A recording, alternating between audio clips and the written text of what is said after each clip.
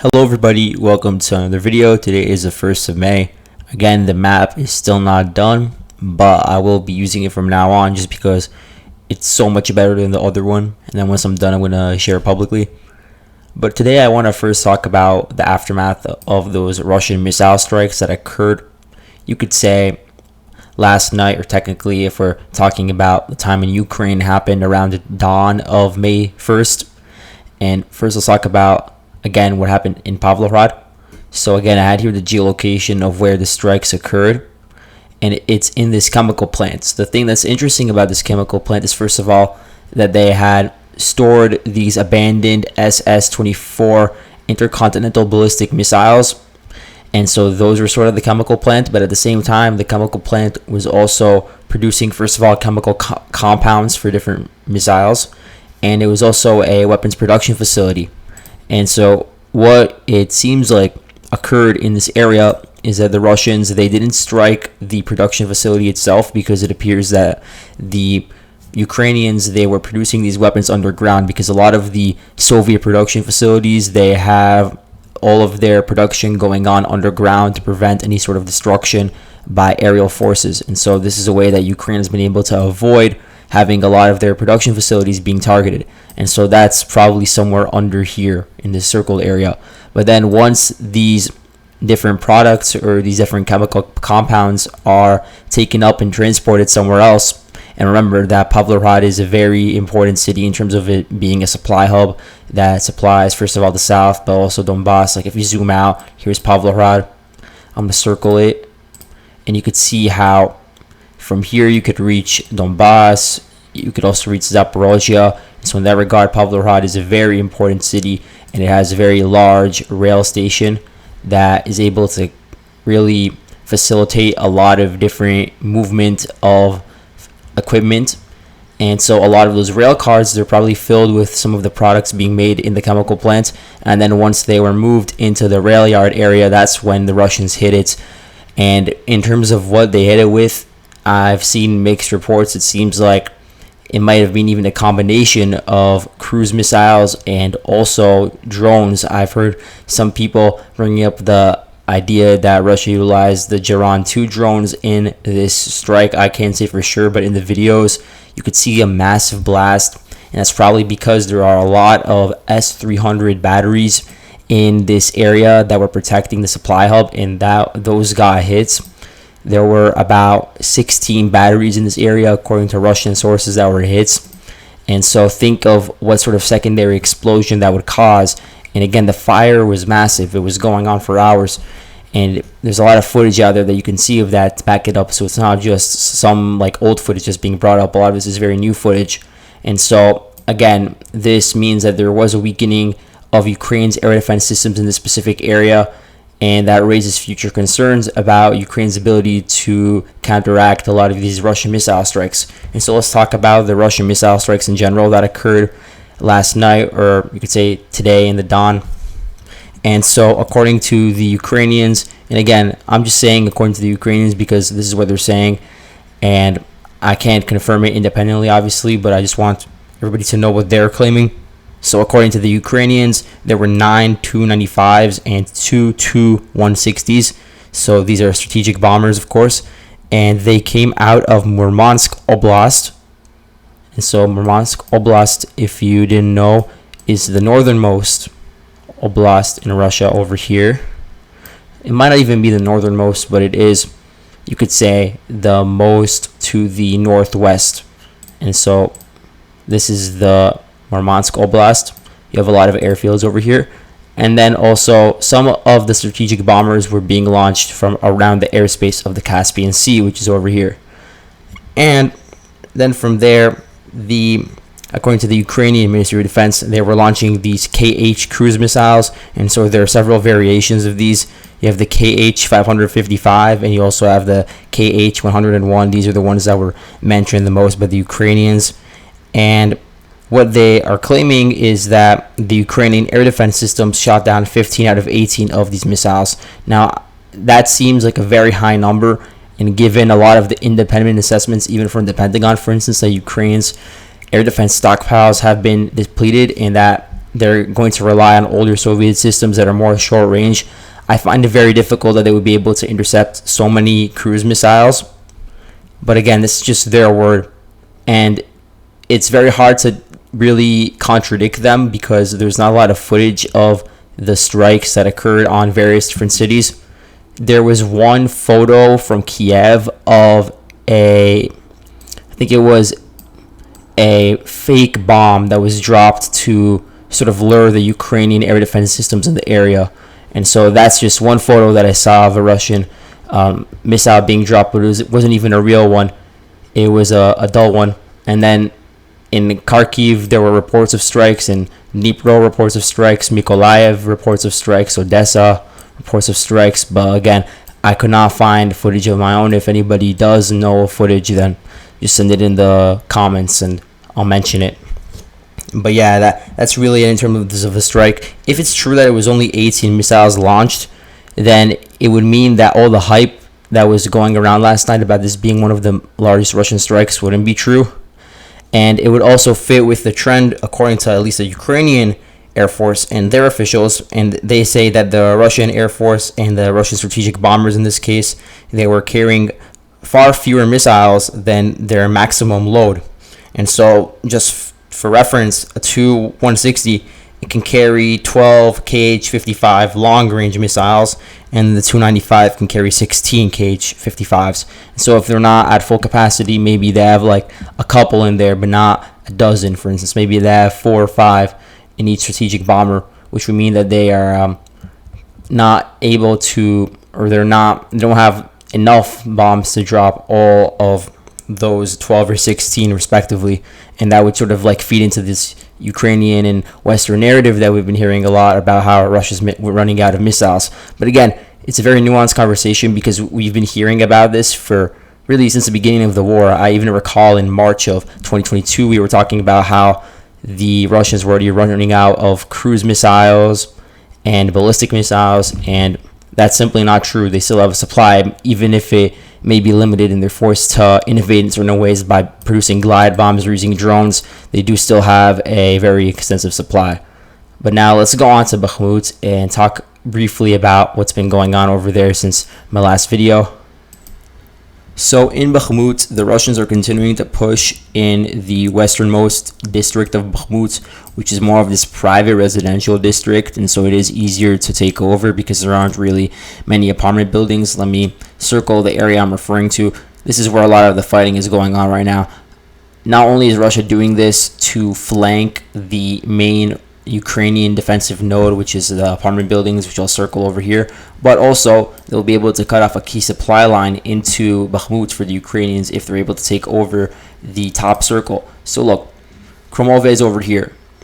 We know that Ukraine has a lot of emphasis over here. They're putting a lot of defenses over there. But there's another road junction that first of all includes the T-0506 highway, which links up in Kromove and then enters Bakhmut.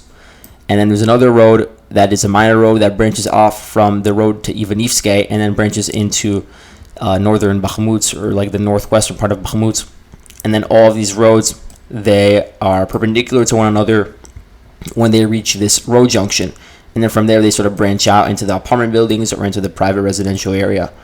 And so this junction is very important in order to maintain, first of all, the connection between different parts of the front line for Ukraine, but also to allow resupply for the Ukrainian garrisons in places like the apartment complex. And so if Russia can circumvent attacks on the apartment complex and simply attack the private residential areas, they can take over this road junction, and then from there they can attack Kromove from the south. And that would really obviate any sort of Russian assaults that would be needed to take over trenches to the north. And so that's the rationale behind Russia's push. Now, the Ukrainian sources, and I want to be fair, not all of them, but I have seen some on Ukrainian social media claim that there was a Ukrainian counteroffensive in this area that took back 10 blocks. There's really no indication of this being true. The claims that I saw of the 10 blocks being taken back were roughly this area over here, roughly this polygon. But the thing is, this area is already under Ukrainian control. It's just more so like a gray zone at the moment, but there's really no Russian claims to have taken over these blocks yet, so Ukraine could not have taken them back if it was always under their control. And this also comes as the commander of Ukraine's ground forces, Alexander Syrskyi, says that Ukraine is now conducting offensive operations in Bakhmut, although I've looked at the entire Bakhmut front and I can't find a single area where they have really shown an indication of successfully dislodging Russia from their positions. Although it's possible they may be conducting an active defense to sort of act as a vanguard as some of their forces are replenished or some of their forces begin to retreat. But then again, where there's a lot of mixed signals in that regard, and I'm going to get to that later in the video. But if we talk more about the main defensive node for the Ukrainians, the apartment buildings, they've been able to hold on to most of them, and so the situation is sort of stabilized over here, really on the border between the warehouses to the north and the apartments to the south. So this is the new dividing line on the front line, and it also runs along Tchaikovskogo Street, and so a lot of the clashes at the moment are going on Tchaikovskogo Street. I have some geolocated videos of this. Here's one of the 93rd Brigade, which first of all proves that the 93rd Brigade is still fighting around Bakhmut. Shows that they're shelling Russian positions. These Russian positions, they're in houses that are absolutely decimated from the months of fighting. And then over here, there's another video of a Ukrainian tank firing on Russian forces in the Industrial College. So the Industrial College is still standing. Of course, it's incurred a lot of damage, but it's still a very good firing position, especially in relative terms compared to some of the other positions over here where you have all these private residential buildings that are being overlooked by the Russian positions in the Industrial College over here. They can very easily fire upon the Ukrainian positions that are directly to the west. So a lot of the fighting is going on around here. Ukraine sending some of their nearby tanks in the area in the vicinity to be moved to the front line to sort of aid in holding the line.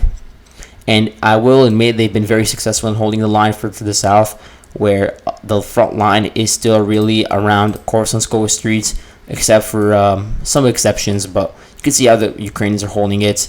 And then even if they were to lose it, they would still be able to defend along Tchaikovskogo Street. So you do have a lot of Ukrainian emphasis on defending the southern flank of Bakhmut.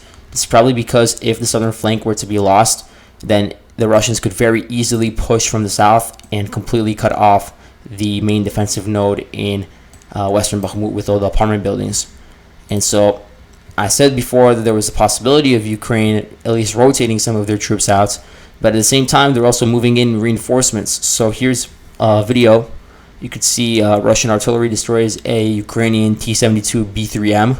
So this T-72, it was being shipped to the front line. It was just moving there, but the Russian artillery was able to target it and destroy it before it reached its destination. And that indicates that even if there may be some retreats of some forces, there's still being reinforcements sent to the front line. So that's very interesting. Now, if we look closer at the situation within the apartment buildings, there's another very interesting video that was released today. So the geolocation is over here. It's really on the outskirts of Bakhmut, one of the towns that is really on the periphery facing some of the rural farms. But here you can see there was an attempted demolition of this apartment building in Bakhmut, which is very interesting because usually what we've seen from the Ukrainians is that when they're going to abandon a building, they're not actually going to blow it up while they're still in control of the area. In essence, what they've been doing, and I have a good example of this, which is from over here, from around the Rose Alley. What happened was the Ukrainians, they set up their booby traps, they set up their explosives, and they connected them using cords, and then they retreated from the area. And then once the Wagner group began clearing out these buildings and making sure that there were no Ukrainian forces in there, that's when the Ukrainians remotely demolished them. And there was some drone footage to indicate that Ukraine was successful in this regard. And so you'd expect that they would do the same thing if they were to lose an apartment building in Bakhmut. But the difference is that in this case, this apartment building that was attempted to be demolished was still under Ukrainian hands, and it was not really threatened directly by a Russian assault. And so the Ukrainians, they were willingly destroying their own firing position, and it failed, first of all, maybe because Ukraine didn't have enough supplies of these explosives to make the entire structure fall. Because usually what you want to do is you want to effectively hit the columns, the beams, the walls, in order to make it collapse internally. And then again, you need multiple explosives, and you need them to be connected with cords or wires, and usually the Ukrainians, at least, they wanted to be detonated in some specific sequence. And before the detonations, usually you're supposed to weaken the structure internally using hydraulic shears, jackhammers, and cutting torches to weaken it. But it seems like Ukraine does not have the resources, at least in this area, to conduct such an operation. And so in the video you can see how there's an attempted detonation, but it does not work out. What does this mean? Does it mean that Ukraine is preparing to withdraw from these areas, and that they don't want the Russians to be able to utilize these apartment buildings as effective firing positions? I have no idea, but that's just the video that I saw, and you can see it for yourself as well. And at the same time, let's juxtapose this by looking at a video of a Ukrainian sniper in one of these apartment buildings nearby. And so I don't know the exact location, so don't believe that this is like the specific geolocation. It's just that it was said in the caption that it was 825 meters from the front line as of today.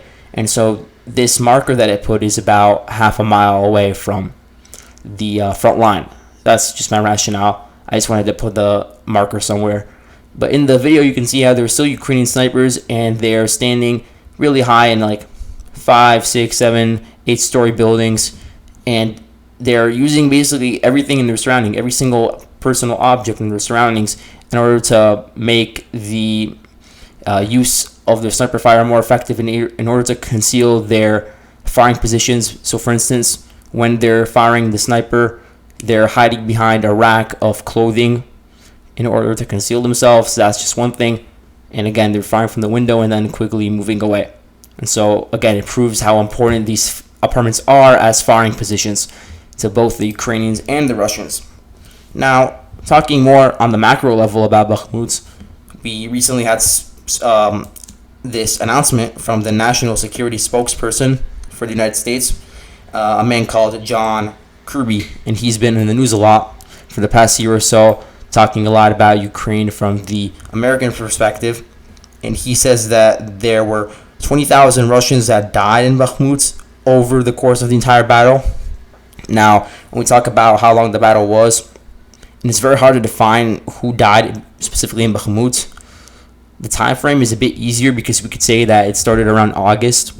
That's really when the battle ramped up around eastern industrial district of Bakhmut, and it's been ongoing until now. But in terms of the specific location, it's very hard to pinpoint where exactly people died, and if that should be considered Bakhmut, or if it should be considered, for instance, Battle of Solidar, or if it should be considered, I don't know, Battle of Paraskovivka, Battle of Berkivka. So I don't know what America's methodology is when they were announcing this estimate, but they say that like in the Bakhmut area, there were about 20,000 Russians that died throughout the full course of the battle, which would be from the beginning of August. How many days is that? It could be like 160 days, something to that effect. And then if we're dividing that, we're dividing 20,000 by 160 or 150, something like that, and you're gonna get like about 120 or 130 people or soldiers, Russian soldiers, that die on a daily basis. And that's not unrealistic, especially in Bakhmut, where for the most part throughout the battle, especially in the most contentious parts of the battle and in the areas with the most bloodshed, it was the Wagner group that was conducting those offensive operations. And again, we know that the Wagner group is more predisposed to expending their men. They are really scraping the barrel when they're collecting men for the Wagner group, or at least they used to when they were conscripting prisoners. And so there's really they're really able to expend those men more than they would a regular Russian soldier or even an elite Russian soldier like a paratrooper. There's just less outrage because, you know, those people, they were originally in prison. Nobody really owes them anything, at least in the eyes of the Russians. And so it's not actually that big of a deal if they were to die versus like a paratrooper that died, for instance. And so it's very important for the Americans, if they want to make the point that Russia wasted a lot and they really lost a lot of men and equipment to attrition, they need to break down the casualties by type. Was it a Wagner group casualty? Was it like a prisoner conscripted? Was it a regular Russian soldier? Was it a member of the VDV? We have no idea, and America didn't really give us a specific number, so it's hard to really come with any conclusions based off of that. And so that's all for today. Thanks for watching, and I'll see you guys later. Bye.